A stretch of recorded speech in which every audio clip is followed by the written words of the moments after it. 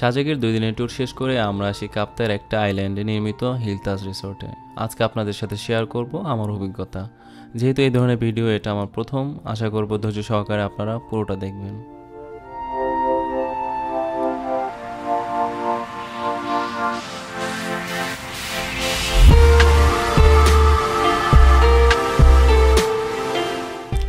সাজেক থেকে বাইক নিয়ে আসি লংগদু লঞ্চ ঘাটে। সেখান থেকে ছোট লঞ্চে করে কাপ্তাই লেক হয়ে আসে রাঙামাটি।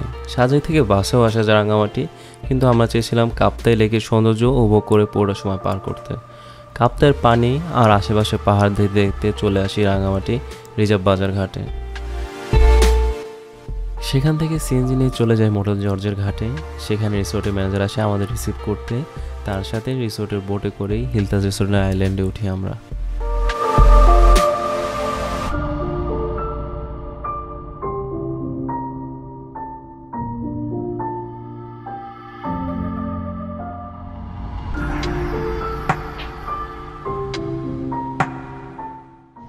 মেইন বিল্ডিং থেকে নিচে নামলে এখানে আমাদের তাঁবু, আর এখানে ছিল আরেকটা তাঁবু। যদিও এই তাঁবুতে কেউ ছিল না রাতে, আমরা এই এরিয়ার মধ্যে শুধুমাত্র এই তাঁবুতে ছিলাম। রাতে ঘুম মোটামুটি হয়েছিল। এখানকার পাহাড় এলাকায় আমি বেসিক্যালি যেটা সাপ প্রচুর ভয় ছিলাম যে সাপটা বাসে নাকি ভিতরে, পোকামাকড়, ঘুমাইতে অনেক লেট হয়েছে, আর ঘুমটা অত ভালো হয় না। টেন্টের পাশেই এখানে হচ্ছে একটা বসার বেঞ্চি আছে, এখানে বসে এই বাইরের লেকের ভিউটা হচ্ছে এনজয় করা যায়। আমি পোকামাকড় এত ভয় পাই কেন? এখানে বসলে আমরা হচ্ছে এই ভিউটা দেখতে পাবো।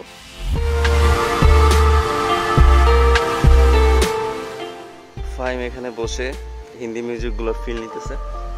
হিন্দি মিউজিকের ফিল নিতেছে না, চিন্তা করতেছে আমরা যদি মানুষটা বলি যে আপনারা আসেন এখানে থাকে অনেক বেশি মজা পাবে, মানুষটা আসলে ভয় পাই কেন? এই যে পরিবেশ মানে একটু ভিতরে ফিল থাকে না রাতের বেলা। বেসিক্যালি এই জায়গাটা হচ্ছে যারা অ্যাডভেঞ্চার ফিল করে, আর যারা হচ্ছে ভয় পায় তারা গিয়ে প্রাসাদের মধ্যে হচ্ছে রুমের মধ্যে থাকবে, এসি রুমে থাকবে। এইখান থেকে তাদের নিজস্ব বোট সার্ভিস চালু আছে। আপনারা যদি ওই পাশে যেতে হয়, এই পাশে বেসিক্যালি ওরা বোটটা নিয়ে রাখে হচ্ছে মোটেল জর্জের এখান থেকে হচ্ছে রাঙামাটির হাইওয়েটা ওটা পাবে। তো এখান থেকে বের হওয়ার বোট ছাড়া আর কোনো ওয়ে নেই। এদেরকে বলবেন এখান থেকে বোট নিয়ে পরে ওখানে যেতে হবে। আমাদের লাঞ্চ কমপ্লিট করে কিছুক্ষণ রেস্ট নিয়ে বের হয়ে আশেপাশে পরিবেশ দেখতে আর কিছু ড্রোন শ্যুট নিতে। টেন্ট থেকে একটু দূরে এরকম একটা ফ্রেম দেখে সত্যি অনেক সুন্দর লাগতেছিল এখানে।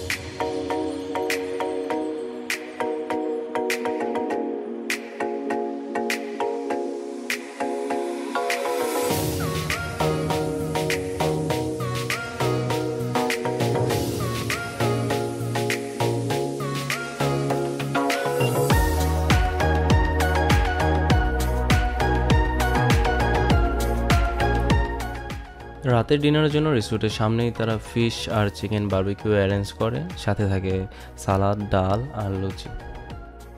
গতকাল টেন্টে ভালো ঘুম হয় না, এজন্য আজকে রাতে আমরা থাকি রিসোর্টেরই একটি রুমে।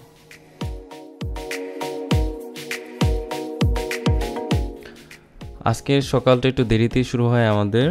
রিসোর্ট থেকে নিচে নেমে সামনে এসে দেখি যে এদিকে একটা বাদর চলে আসছে গাছের উপরে। এখান থেকে ওই যে খাবার দিল ওইটা নিয়ে এখন উপরে চলে যাবে।